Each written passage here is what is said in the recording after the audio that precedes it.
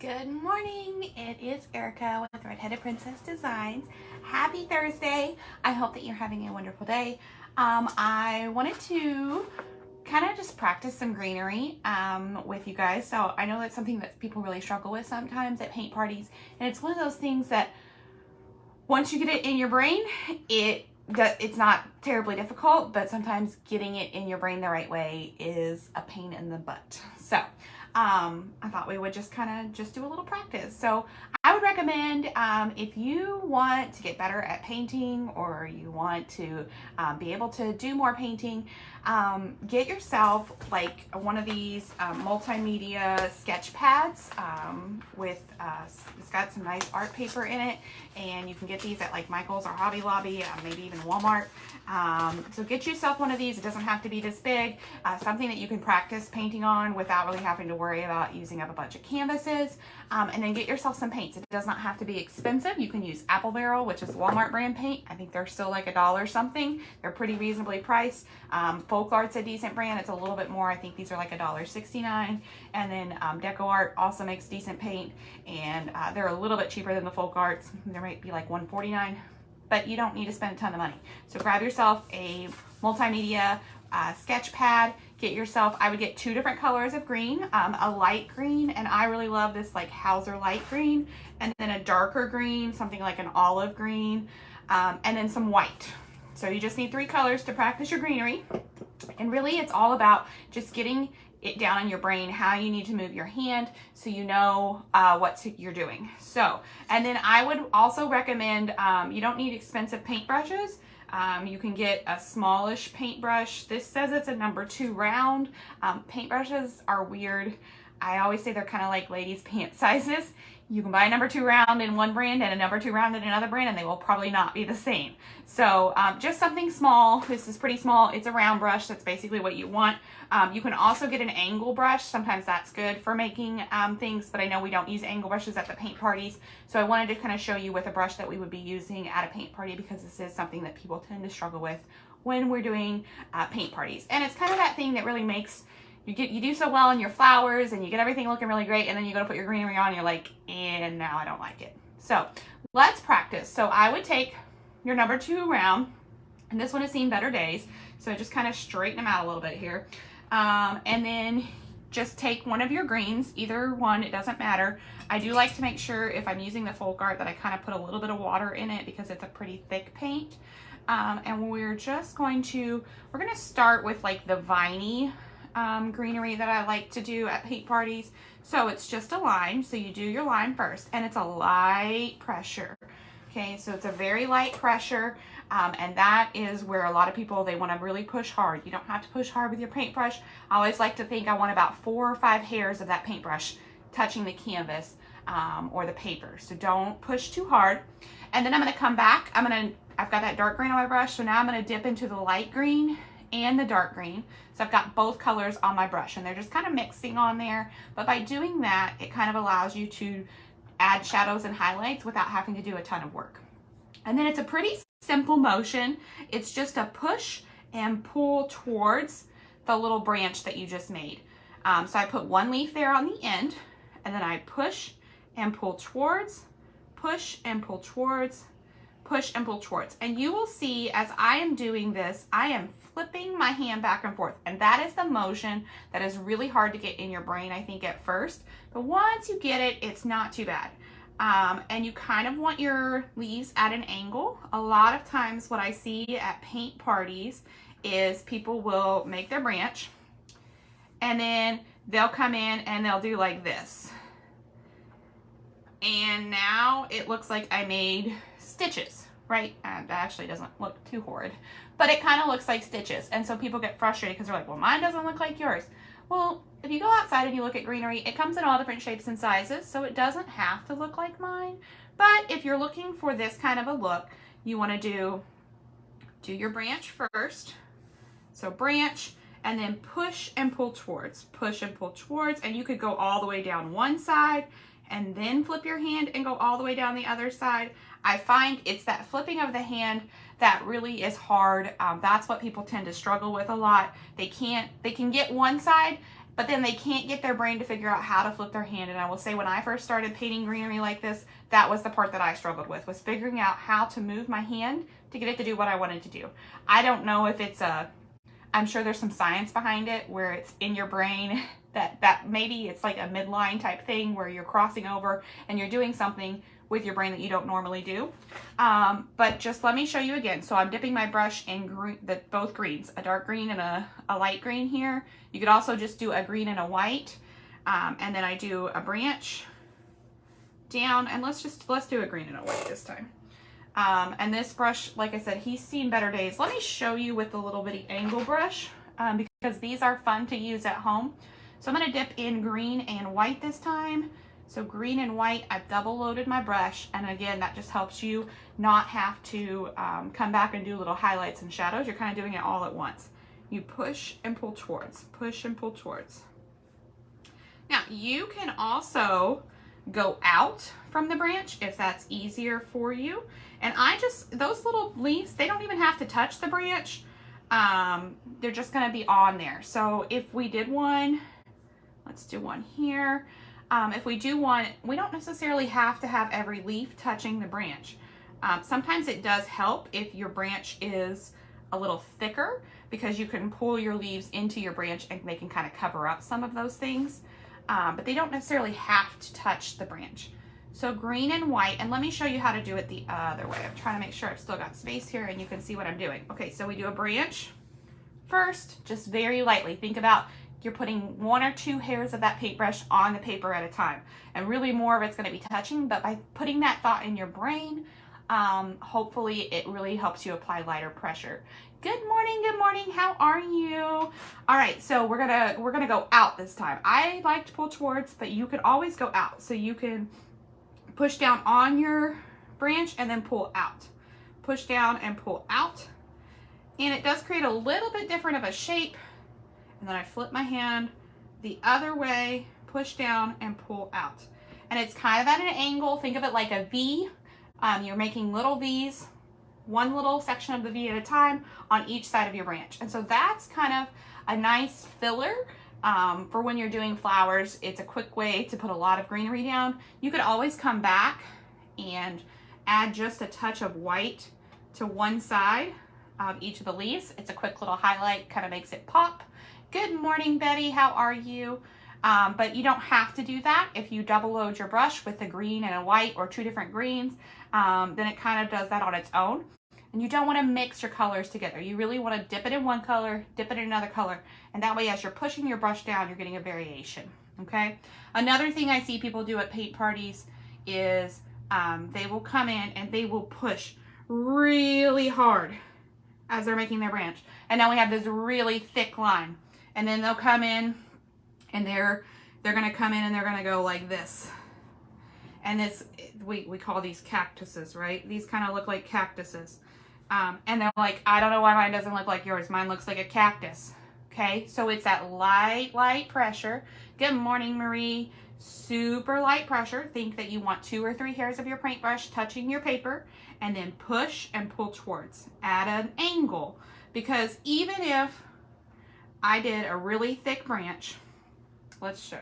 If I do a really thick branch, so I push down really, really hard, and I come in with my leaves at an angle, there is some hope that I can save this. It's going to be thicker, it's going to be bigger. Obviously, it's not quite as dainty as some of this, but this still looks like greenery, right? It looks better than this cactus that I painted. So some things to be aware of. Really light pressure, and then I would recommend just practice. Practice making just the leaves. You know, just practice switching your hand back and forth, back and forth. Once you get that motion down, it's going to click in your brain and it'll just be like second nature. But that is a hard motion to do.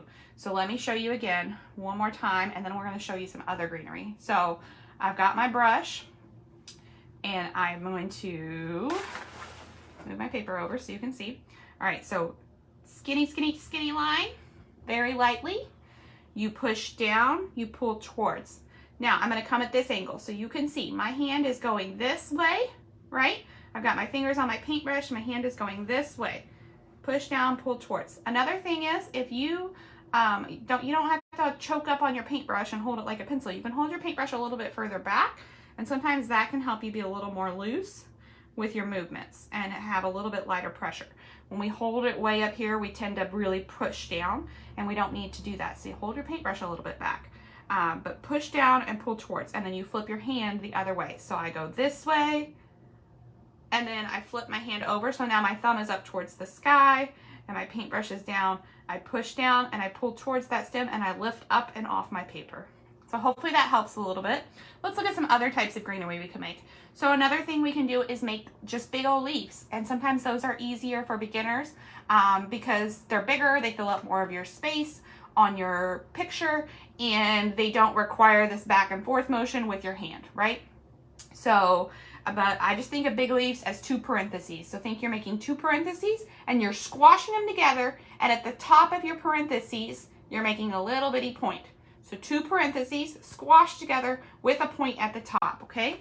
So I'm just gonna dip my brush in green and white, and here is 1 parenthesis. I'm gonna go to the top of that parenthesis so I have a point on my leaf, and I'm gonna come down with my other parenthesis.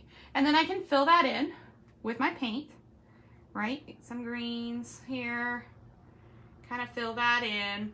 And then I can add a little white highlight over here on the edge. And now I've got a cute little leaf. I like to do these in sets of 2. I don't know why. I think it looks better to my brain.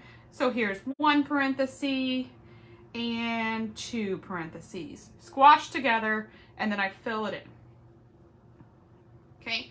I will say painting on paper is different than painting on canvas. You may find you need a little more paint. You may find your paintbrush drags a little bit different, but once you get those motions down, it really does kind of just click in your brain. So there's some leaves like that. So 1 parenthesis, 2 parentheses squashed together, or you could think of it like a football shape. It's kind of like a football shape. I am not a sports person, so that analogy doesn't really work in my head. I think parentheses are easy for me. It's something that, you know, we tend to, we've written parentheses all of our lives, right? We learned how to do that 1st grade, 2nd grade, whatever. So parentheses are easy. And then you can come back and put little white highlights on them or whatever. You could get real fancy with them, but those are some super simple leaves. So parentheses squashed together. Practice those, see how you get them. One thing I see people doing is they will do like a circle instead and then fill it in. And circles, I mean, those are okay leaves, but they don't really look great, okay? So I like the parentheses. Having that point on the end really makes it look more like a leaf shape. Let's see, what other kind of greenery can we do? Some easy greenery is just some stems. So just take your greens on your paintbrush, and you don't need a ton of paint on your paintbrush, just a little bit.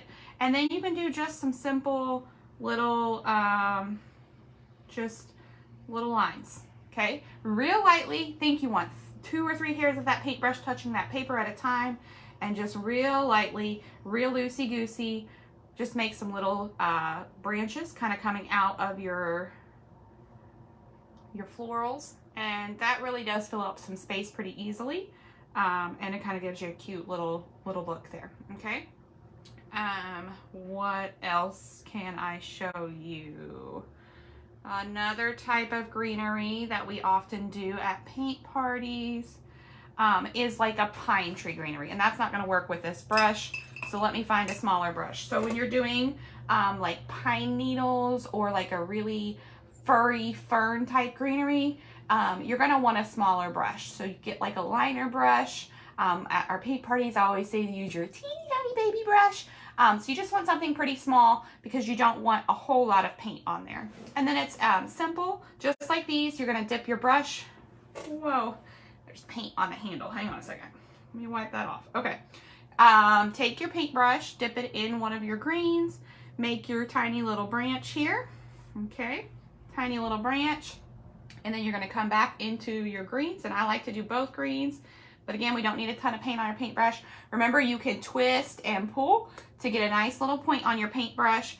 And then it's just real lightly, 2 or 3 hairs are touching. I'm coming down at an angle, and I'm just doing some real light little strokes coming down, down, down each side of that branch to make little bitty pine needles.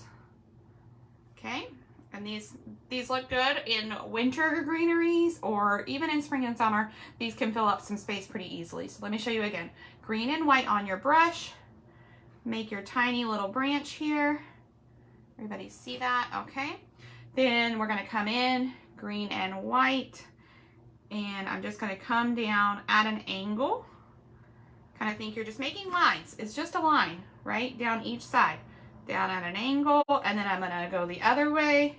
I'm going to come over this way and do another one. Another thing you can do is flip your paper or flip your canvas. Turn it around rather than moving your hand. Turn your paper. Good morning, Betty. The pine needles. Yes, those are so fun and so easy to do. I almost think these are a little bit easier than these. What I often see people do with the pine is they will make them too heavy. Okay, and that's something it's hard to do, to use a light hand with your paintbrush, because sometimes we think about paintbrushes like we think about pencils, and we know when we're using a pencil the type of pressure we have to apply to be able to get what we want to get.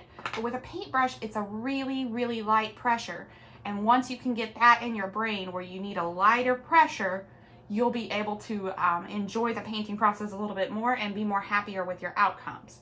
So again, you're just coming down, down, down, down one side, and you can put as many or as few little needles as you want on there, and then down, down, down, down, down the other side. And having a good amount of paint on your brush is helpful. Like I said, it is a little bit different painting on paper than painting on canvas. You can see my paint's dragging a little bit. You do have to use a little bit more paint, I feel like, when I'm painting on paper versus painting on a canvas, because it's just pretty porous and that paper does soak that paint up. But that's a couple different types of greenery that I would recommend you practice. Get you an art pad, get you a couple of brushes. You don't need a ton of brushes. Get a couple brushes, get a couple bottles of paint, a green, a white. If you want to do a light green, a dark green, and a white, that's great, but you could do it with just a green and a white. You don't need to get crazy. And just practice, because the more you practice, the better you're going to get. Art is something that I truly believe anybody can do. It's not something that some people are like, oh, you were born as an artist. Well, I love art. I was born with a passion for art. I was born with a passion for painting, but I don't think I was born an artist. Just as we teach children how to write with a pencil and crayons and things in preschool and kindergarten, we learn how to paint with a paintbrush. And so the more you do it, the better you're going to get. And you may find, I don't really like it. I don't enjoy painting. It's not my thing.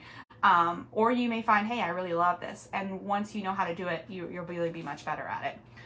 Oh, thank you so much, Marie. It is fun. It's so fun to just kind of practice doing the different greeneries. So I've got, these are the flowers we're going to be painting at Our Lady of, Our Lady of Perpetual Hops. I had to think where we were going to be next week. So this is a fun painting to practice some greenery on. So I've already got my flowers on here. We did the nice messy flowers. We've got our vase and our table and everything. And this painting is ready to add some greenery. So let's put some greenery on here. So I'm going to take my brush, dip it in my green and my white. And then because sometimes people are like, well, where do I put it? I don't know where to put it. Don't overthink it. Just put it on there. It'll be fine. I like to have greenery kind of coming out of my flowers like this. So I might do some of those just quick little sticky little sticks of greenery, just little twigs kind of shooting out here and there around. I think the more different types of greenery you can put on your paintings, the more full it's going to look and the more interest it's going to have. So just quick little lines, lift up your paintbrush, quick little lines, okay? And then let's do some of the ones with the leaves that people really struggle with. So we'll put those just kind of coming out from behind your roses here, and it's push and pull, and you can pull away or you can pull towards. I would recommend doing the same motion on both sides. Just flip your hand, right? So green and white, or two greens, however you want to do it. And you should put some kind of coming in here in the middle over your flowers, right? Because the greenery is not all just going to be on the sides.